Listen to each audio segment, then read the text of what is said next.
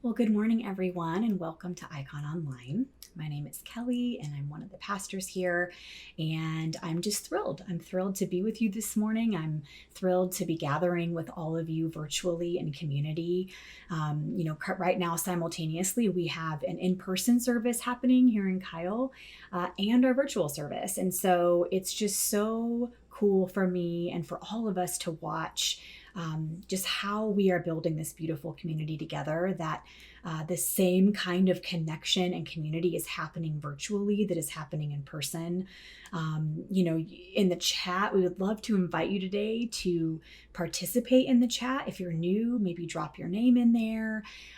We would just love to invite you to do that because really beautiful community is happening here virtually, and we're just so grateful for every single one of you who continues to log on every Sunday and be a part of this faith community that we are building together. So this morning, I just have one thing to go over with all of you before we go into worship and into today's message. And that is in regards to some changes that we have going on when it comes to our database and to our current giving platform. We are actually getting ready to make the switch from PushPay to church teams. So those of you who have given to Icon before, you are familiar with PushPay because you had to create an account in order to do so. I know that there are also some of you who are set up for recurring giving through PushPay, which means that it's automatically taken out of your account every month through that automated option. And so I just want to remind everyone, and you've probably this past week received an email or two. If you are a reoccurring giver and you have not checked your email, I would encourage you to do that because in that email, it gives you all the instructions that you need. But we would love to invite you to make the switch with us from PushPay to church teams.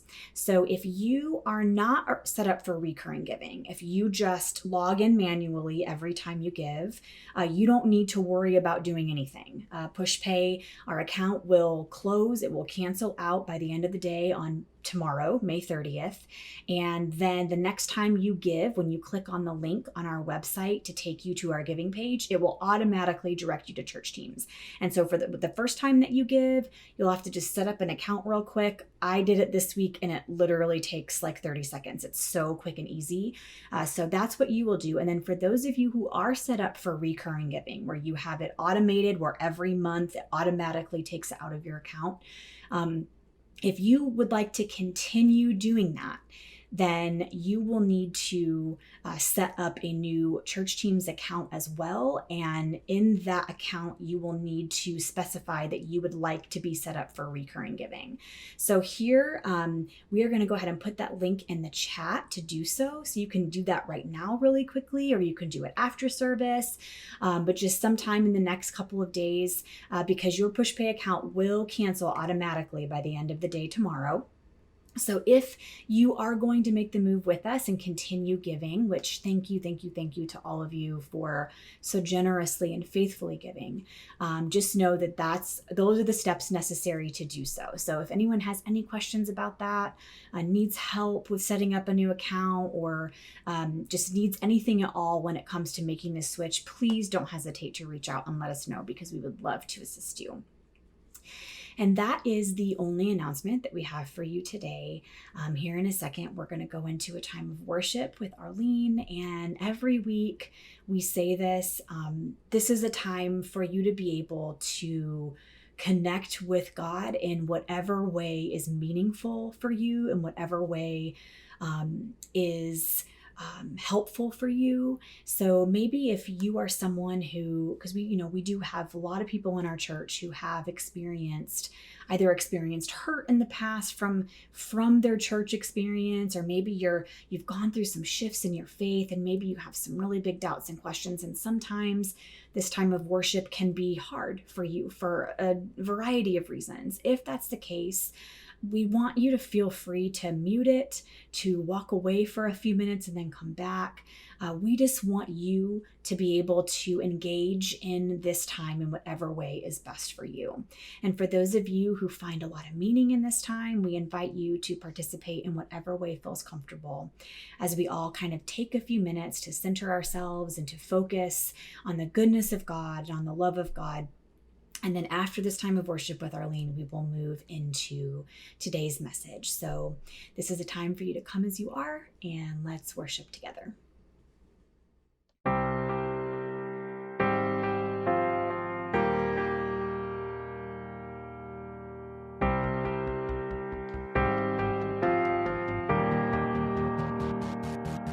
I stand before you now, the greatness of your renown. I have heard of the majesty and wonder of you, King of heaven. In humility I bow as your love in wave after wave crashes over me, crashes over me. For you are for us, you are not against us. Champion of heaven, you made a way for all to enter in.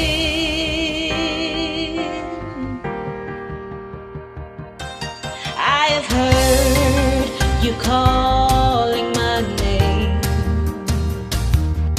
I have heard the song of love that you sing. Oh, so I will let you draw me out beyond the shore into your grace.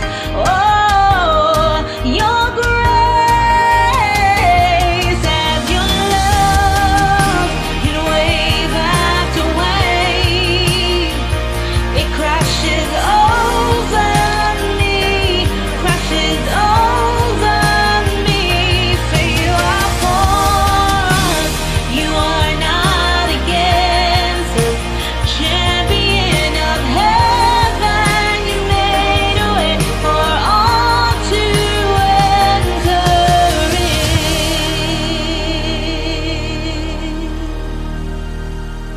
And you make me brave, you make me brave.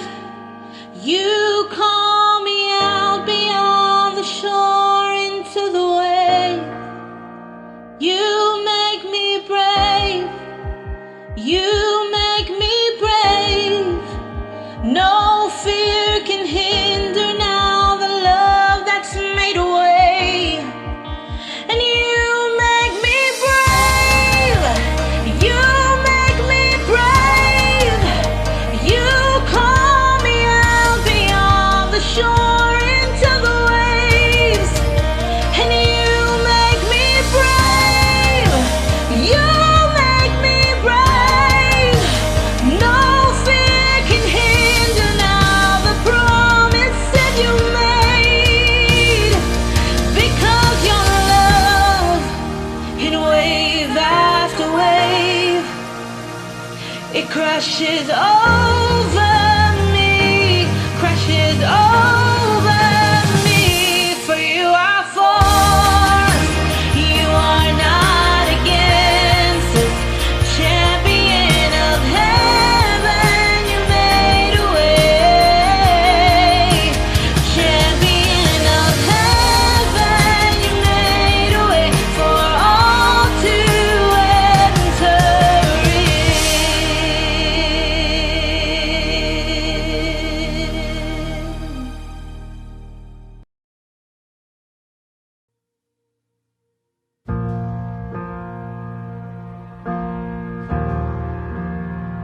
Thank you, Jesus.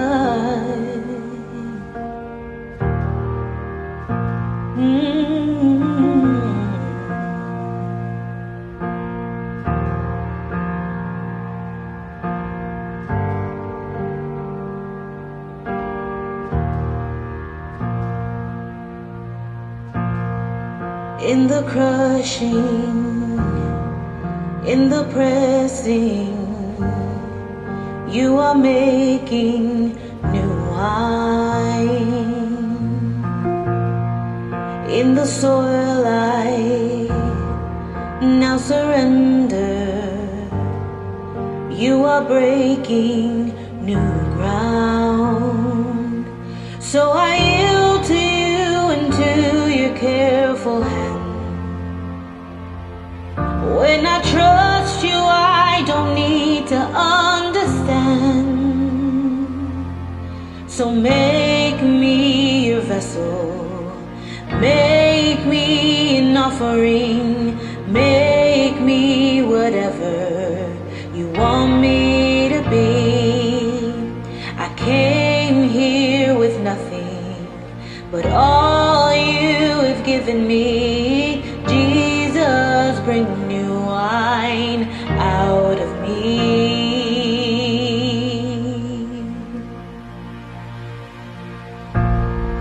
In the crushing, in the pressing, you are making new wine. In the soil I now surrender. You are breaking new ground. You are breaking new ground. So make me a vessel, make me an offering, make me whatever you want me to be. I came here with nothing but all you have given me. Jesus, bring new wine out of me. Jesus, bring new wine out of me. Jesus, bring new wine out of me. 'Cause where there is new wine, there is new power, there is new freedom, and the kingdom is here. I lay down my old flames to carry a new fire today.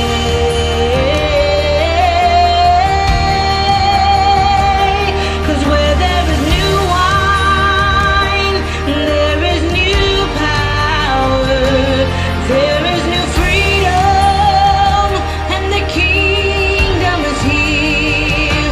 I lay down my old flames to carry a new fire today.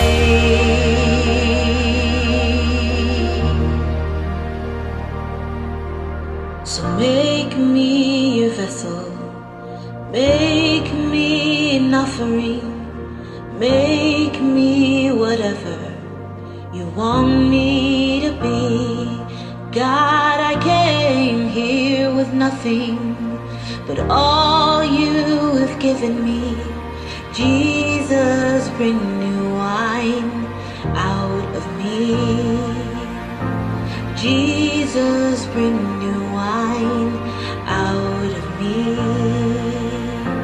Jesus, bring new wine out of me.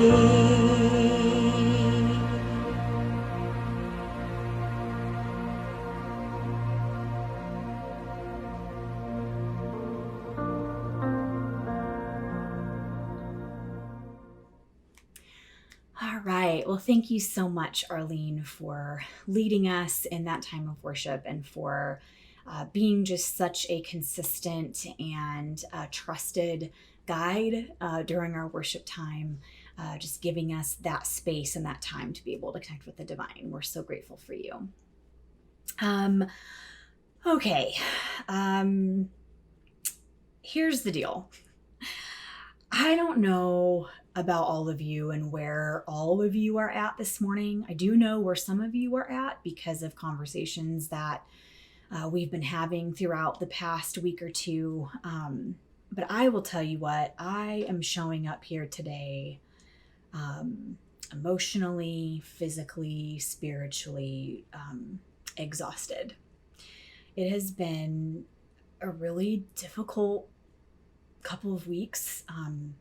This week especially, I think, has been particularly hard as There have just been multiple tragic events that have happened over the course of the past couple weeks, and it just feels like this week it was like just the culmination of all of these things that are happening, and it was such a heavy, hard, difficult week for me, and I know for many of you, if not all of you. And I want you to know that I am going to spend a few minutes this morning talking about the tragic events of the past couple weeks. And so if this is triggering for you in a way that is harmful, if you don't have the capacity to spend a few minutes thinking about these things or talking about these things, then I want to invite you to feel free to, again, to mute, to step away for a couple of minutes, and then to come back.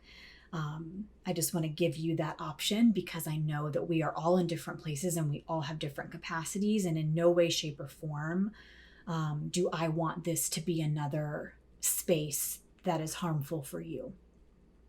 At the same time, I also think for those of us that do have the capacity, I think that it's important that as a faith community that we do come together and that we spend some time lamenting and grieving together.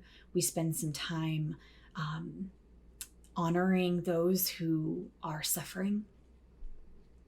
Over the past few weeks, we collectively have bore witness to unspeakable grief and pain and tragedy as we have watched 3 different communities ravaged by gun violence.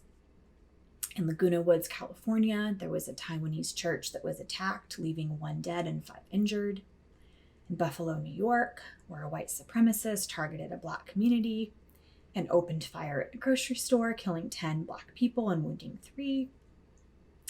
In Uvalde, Texas, where 19 children and 2 teachers were killed and 17 more were injured by an 18-year-old in a school shooting at Robb Elementary.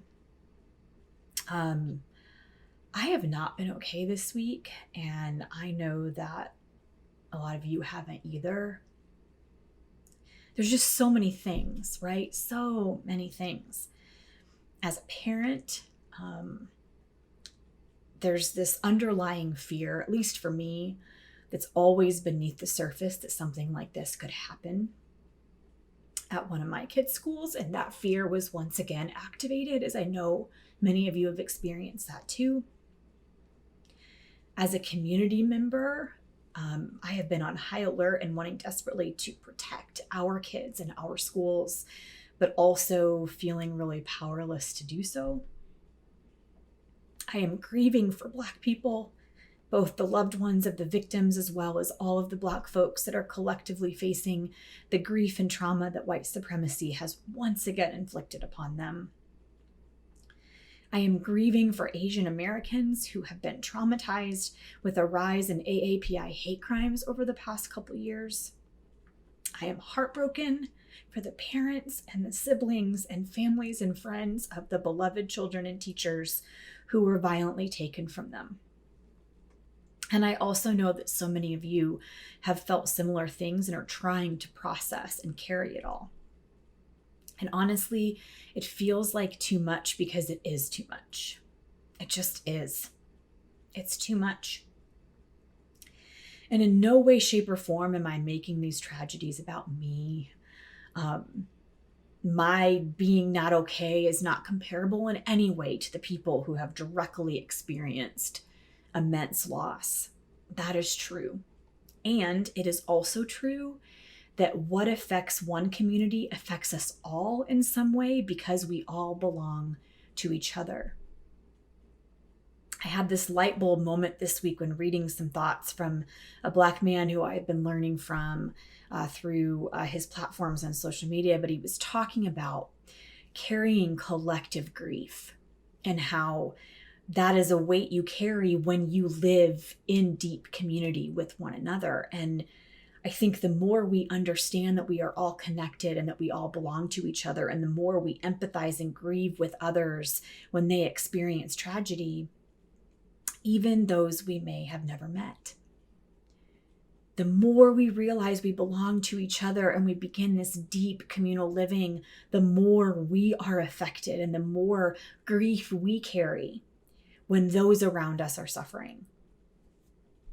So if you've been wondering why you're so affected, why you keep crying, why you are so deeply grieving a loss that you aren't personally experiencing, it's because we all belong to each other. It's because there is no such thing as other people's kids. Like, they're all our kids. Our suffering has this way of reminding us of our shared humanity, and it feels destabilizing because we also know that we are not immune from tragedy. And I went back and forth today on how much to talk about this, because I know it's all we've been reading about and hearing about on social media and in the news and in conversations. And I promise I'm not going to camp out here for too long. But I also think it's necessary that we spend just a few moments reflecting and grieving and lamenting for what was lost. It's important that we collectively grieve and that we make space to feel our feelings in community. I was texting with a friend a couple days ago, and she was asking me how I was holding up with everything. And I said, honestly, I'm really looking forward to Sunday because I feel like haven't been grieving in community, that I've been carrying this weight just on my own as I've processed. And I think that there's probably a lot of you that are in a similar place where it matters that we are able to come and collectively grieve together. We need to be able to show up here today exactly as we are, whatever that may look like, and offer solidarity to one another. So for the next couple of minutes, I just would like to invite all of us to spend just a little bit of time standing in solidarity with these three communities and to collectively grieve and lament the events of the past few weeks. And as we do that, I'm just going to simply read the names of the victims so that we can grieve and lament together. We say their names today as an act of remembrance. We say their names as a reminder that they are all fellow image bearers who deserved to live. And we say their names to honor their humanity and as an act of solidarity with their loved ones who need to make sure that they are not forgotten. So I'm going to read these names, and just as I do, I just invite you can close your eyes, you can just sit there, whatever it is that you need, but that I can invite all of you into this moment of collective grief and lament together. And after I read the names, I'm going to pray, and then we will move forward into today's message. From Buffalo, New York, Roberta Drury, Margus Morrison, Andre McNeil, Aaron Salter, Geraldine Talley, Celestine Cheney, Hayward Patterson, Catherine Massey, Pearl Young, and Ruth Whitfield. From Laguna Woods, we have Dr. John Chang.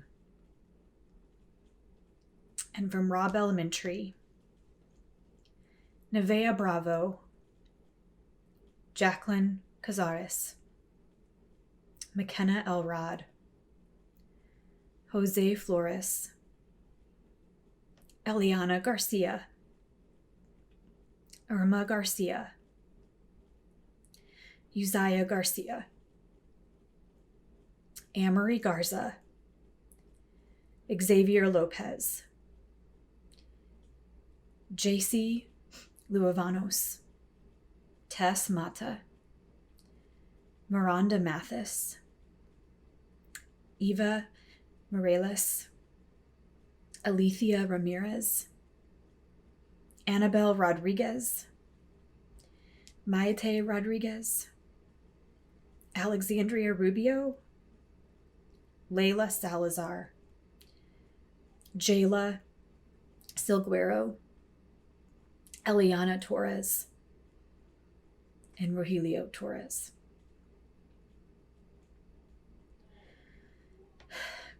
Let's pray.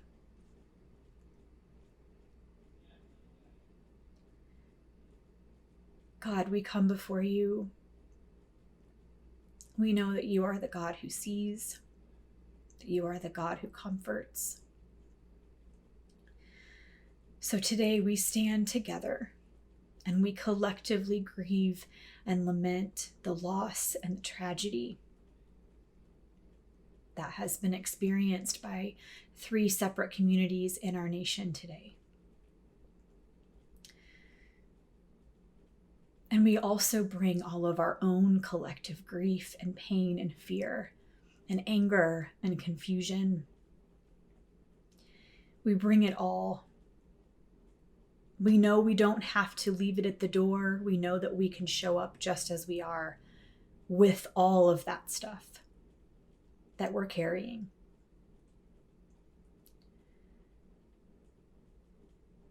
God, we ask that you would be near.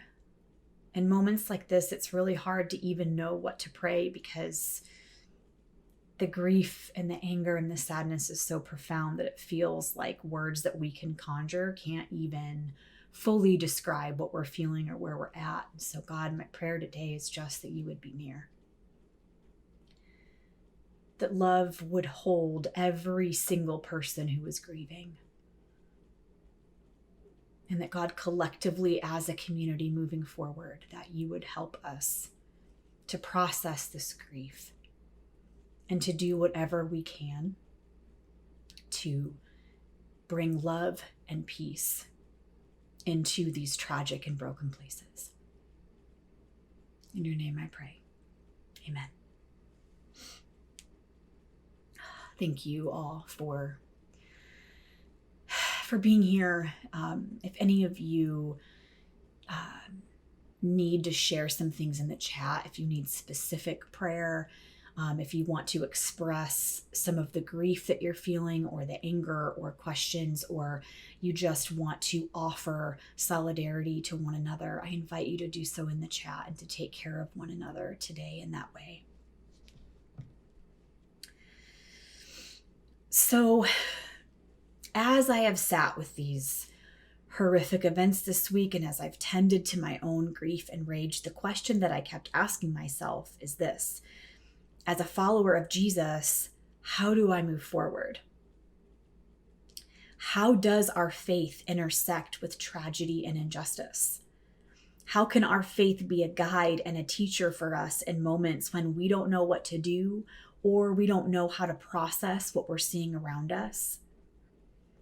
How can our faith be an anchor for us in moments of confusion and pain? And so as I've been contemplating this of Jesus, what does this look like as a Jesus follower, as us collectively, as followers of Jesus? What does it look like for us? When things like this happen around us, it sort of brings to the forefront of our mind some very real places in need of drastic healing and repair in our world. And so as I've thought about this, as a follower of Jesus, how do I move forward? As usual, in times like this, I'm drawn to the life and words of Jesus. And I want to be clear, because it's not to the commercialized white Jesus who has been turned into a poster boy for political power moves and whose name is attached to things that are so far from who he was. I am drawn to the Jesus who was a brown-skinned Jewish rabbi, who was an advocate for love and justice and nonviolence, who cared for the poor and the marginalized, and who spoke truth to power and was executed by empire because of it. It's this Jesus that I'm drawn to, and it's this Jesus who I want to follow, and it's this Jesus whose life and teachings inform my response to days like we are living in. And so today I want us to look to that Jesus. There is one particular theme that we find throughout Jesus's life and teachings that I believe speaks to this moment that we are in. Really, it speaks to where we have been as a people, as a nation, for as long as I can remember. And this theme is this idea of an ethic of nonviolence. Our world and our communities are so full of violence. It is literally everywhere. There's war, police brutality, gun violence, abuse. We see it in systems that continue to crush the least of these and in policies that deny image bearers their right to exist in their bodies. Even our ideas about justice are violent when we see it as retributive rather than restorative, when we think justice is making people pay for what they did rather than justice being something that restores everyone involved. We look to a prison system as a means of justice when there is nothing restorative about this system. We are a nation that still uses state-sanctioned murder as we send people to the death penalty, using violence to respond to violence. Violence is even found in the way we speak to those we disagree with. It's found in the ways we discipline our kids. It's found in the ways we dehumanize people who are different from us and people that we don't understand.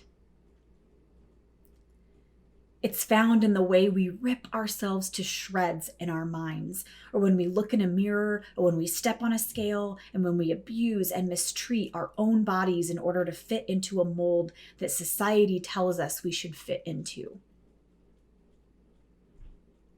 Acts of violence aren't only physical. Acts of violence can be emotional and mental too. Writer and activist Joe Lumen says this: "We are so callous toward one another, so rough. We meet each other with so much suspicion, so much fear. We hurt each other so much, desperate to survive. May we soften so that we can feel each other's heartbeat and remember that we belong to each other." And she's so right. We're so callous to each other. We're so rough with one another. There's so much fear and so much hate. And because violence is the water that we swim in and it's all we've ever known, it's so easy to get caught up in its current and begin to think that it's the only way to survive. It's hard for us to imagine a world without violence because those in power have always leveraged that power to make us afraid of one another, to keep us hating each other, to make us think that the answer to violence is more violence, with their primary motive being to hold on to their power at the expense of our well-being and our flourishing. But Jesus modeled another way, a better way, a way that leaves people's humanity intact and calls us to shalom and wholeness. All throughout the scriptures, we can see this kind of continual ethic of nonviolence that Jesus is teaching to those around him. Jesus taught his followers a way of nonviolent resistance to oppression in Matthew 28 when he talked about turning the other cheek and walking the extra mile. Often we use this scripture devoid of context to say that Christians should just ignore the harmful actions of others or that we shouldn't stand up for ourselves. But that's not at all what this scripture is saying. It's a teaching about forcing those who are causing harm and who are oppressing others to come to terms with the humanity of the oppressed and to also come to terms with their own humanity and the ways in which they are causing harm. It's about a nonviolent way to resist oppression that honors the humanity of the oppressor and the oppressed, that stands against oppression while refusing to dehumanize either party in the process. For time's sake, I can't get into all of it today, but for more on that idea, you can listen to Rob Bell's podcast episode called The Thing in the Air, Part 4, An Introduction to Third Way. Or I also preached a sermon on this in our series Red Letter Gospel called Turn the Other Cheek, that you can go back to get more info on that. And then we continue to see Jesus model this example. In Matthew 5:43 and 44, Jesus teaches us how to stop violence before it starts by loving our enemies. In Mark 3, Jesus shows us how to come against structural violence by healing a man on the Sabbath, even though those in power accused him of violating the law. In John 8, Jesus defends the woman accused of adultery with nonviolent action and doesn't allow her accusers to enact violence upon her. In Matthew 26, Jesus disarms Peter, who cut off the ear of one of the men arresting Jesus in the Garden of Gethsemane, and then heals the man right there on the spot. And he tells Peter to put away his sword. And he says, if you use the sword, you will die by the sword. Or in other words, violence is not the answer, because violence always leads to more violence. And when we choose violence, it only leads to death and destruction. Because violence robs us of our humanity. And then we see that Jesus chose nonviolence even in his own torture and state-sanctioned execution when he did not retaliate. Over and over again, we see Jesus living out this ethic of nonviolence. And as I look out at our world, I can see why he was so adamant about teaching this better way. We can see it all around us that violence is destroying us. It is stealing so much from us. It's stealing lives, it's stealing innocence, it's stealing our hope and our futures and our shared humanity. Physical violence is literally killing us. And violence in our words and in our actions are causing so much harm. James tells us that our words have the power of life and death, and when we choose to speak words that are violent, it's wreaking havoc in our minds and our psyches and in our relationships with one another. So knowing all of this, what does this mean for us? How can our faith in the person of Jesus, how can our Christian faith inform how we move forward in the face of a world where violence runs rampant and is in many cases accepted as inevitable? I believe that our faith in Jesus, I believe that our Christian faith compels us to an ethic of nonviolence. It starts with each of us, with the decisions we make and how we treat people, how we treat ourselves, and the policies that we support and the leaders that we vote for and the ideologies that we adopt and cling to. We each have to decide what an ethic of nonviolence would look for us personally, as well as what it looks like communally. For me, personally, as I sat and thought about how am I cultivating an ethic of nonviolence in my own life? What steps am I taking to stop that cycle of violence and determine to follow the way of Jesus into a better way? So for me personally, as I think about what it means to hold to an ethic of nonviolence, it means treating myself with kindness and gentleness. It means loving my body as it is and not abusing her by not eating enough or by working myself to the bone in order to make myself smaller or thinner.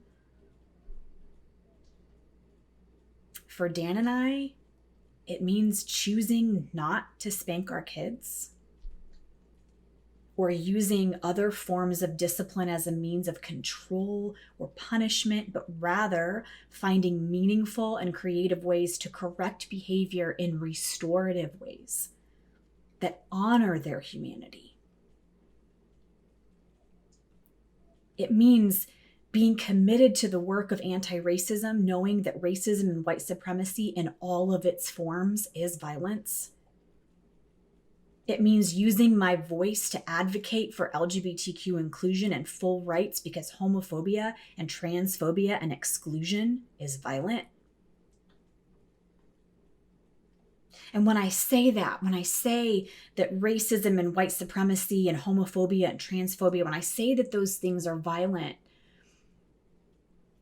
sure, someone who is holding to homophobic ideologies may not be physically harming, like personally, they are not physically harming the body of that person, but homophobic and transphobic ideologies cause LGBTQ folks to take their own life, cause them to live in depression. White supremacy not only kills Black people in our streets, but it also is steeped within the systems that make it impossible for them to thrive and flourish. That is violence.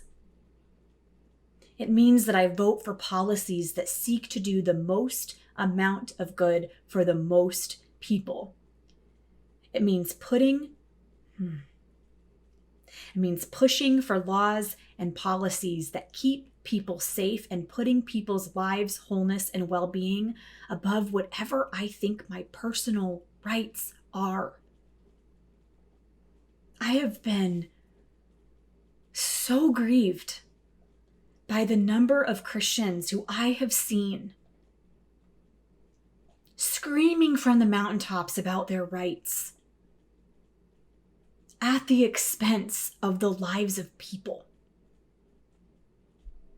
It grieves me so much. And this doesn't mean I don't value our rights as citizens, but it's me seeking to understand, praying that God would help it to click in my brain that my rights cannot come before the safety and the lives of others. That my rights end where someone else's begin. I cannot find a place in Scripture where Jesus claims to have rights and that those rights trump the lives and well-being of other people. I can't find it. It means doing the hard work of loving my enemies. And what that looks like for me, that means not dehumanizing those who are causing harm and who are oppressing others, but rather working for their liberation too. Because those who oppress, those who are racist, those who are homophobic, those who are causing harm, they need to be free too. Because those kinds of ideologies are robbing them of their own humanity. It means doing the hard work of not saying rude and sarcastic and dehumanizing things to those that I disagree with, or canceling people that I disagree with, but rather choosing to listen and to offer grace, and when necessary, to hold people accountable in a way that honors their humanity, calls them into community, and doesn't ostracize them. These are some of the important ways that I am working toward an ethic of nonviolence. Am I perfect on them? No. Are they hard? Some of them, yeah. But like I said earlier, a violent world is all any of us have ever known. We've been conditioned to believe that it is the only way. We have never known a world without war, without racism, without oppressive systems, without the death penalty, without gun violence, without retributive justice. And it can all feel really overwhelming when we look at the vastness of it. And it will take all of us, and there are so many Black and brown activists, other people of color activists that are screaming this from the rooftops, that we have to use our holy imaginations to see a new kind of world. That when we sit back and just accept what's being handed to us and think that this is how things always have to be, we aren't using our imaginations. We have to have the imagination to be able to see a better way, to see a different world. And it will take a lot of faith and a lot of hope and hard work to work together to build this kind of world. And I don't know if I will ever see it in my lifetime. I don't know. I seriously doubt that there will be an end to war in my lifetime. I doubt there will be an end to racism in my lifetime. But rather than be overcome with the enormity of the problem, let's take a step back and start with ourselves. To look at what's right in front of us, to look at our families, to look at our workplaces, to look at our neighborhoods, our own community right here in Hays County, your community, wherever you live throughout this nation. Look at your community, your neighborhood, and start there. Let's start with the ways that we can develop our own ethic of nonviolence. Holding to an ethic of nonviolence means that we must examine our theology, our ideologies, our relationships, our politics. We must examine the places in which we hold power and privilege and interrogate how are we yielding that power and that privilege. We must examine the ways that we relate to one another and how we treat those on the margins or those with the least amount of power.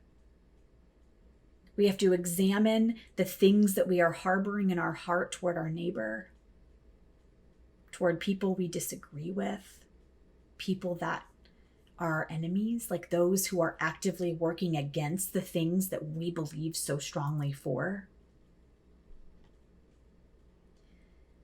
I really believe that a Jesus-centered ethic of nonviolence must start within our own hearts and flow outward into how we use our voice and how we move in the world, and how we parent, and how we manage our teams at work, how we build our businesses, how we practice our faith, how we engage with people that it's really hard for us to find common ground with. And I also believe that the best place that we can do this work is in the context of community. That we hold each other accountable. We call each other into beloved community where we strive for non-violent action. For this ethic of non-violence where we say it doesn't matter that this is the waters that we swim in, that we are going to choose to imagine a better way. To start with that belief that it doesn't have to be this way. In the words of Andre Henry, it doesn't have to be this way. We actually collectively have more power to make change than we realize. And I believe that when we commit to this way of Jesus, this ethic of nonviolence, I really believe with all of my heart that that is the kind of thing that's going to change this world. So, as you go about your week, I would like to invite for all of us, myself included, to spend some time meditating and reflecting on the ways that we can commit to an ethic of nonviolence so that we can join together and we can use our holy imaginations to build a better world.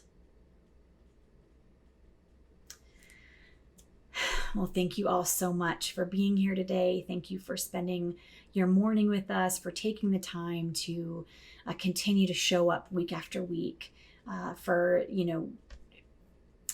being vulnerable enough to become part of a community. I'm just really grateful for each and every one of you. And I am holding all of you so close in my heart this week as we continue to navigate the grief and the pain and the tragedy that we have seen. And if any of you need to talk, you need to meet for coffee, like a coffee chat via Zoom, or if you are local watching online today, if you want to meet up in person, I would just love for you to reach out because we would love to be able to come alongside you. No one should have to walk through this stuff alone. That's why we have community. So I love all of you very much. I hope you have a fantastic week, and we will see you all back here online next Sunday.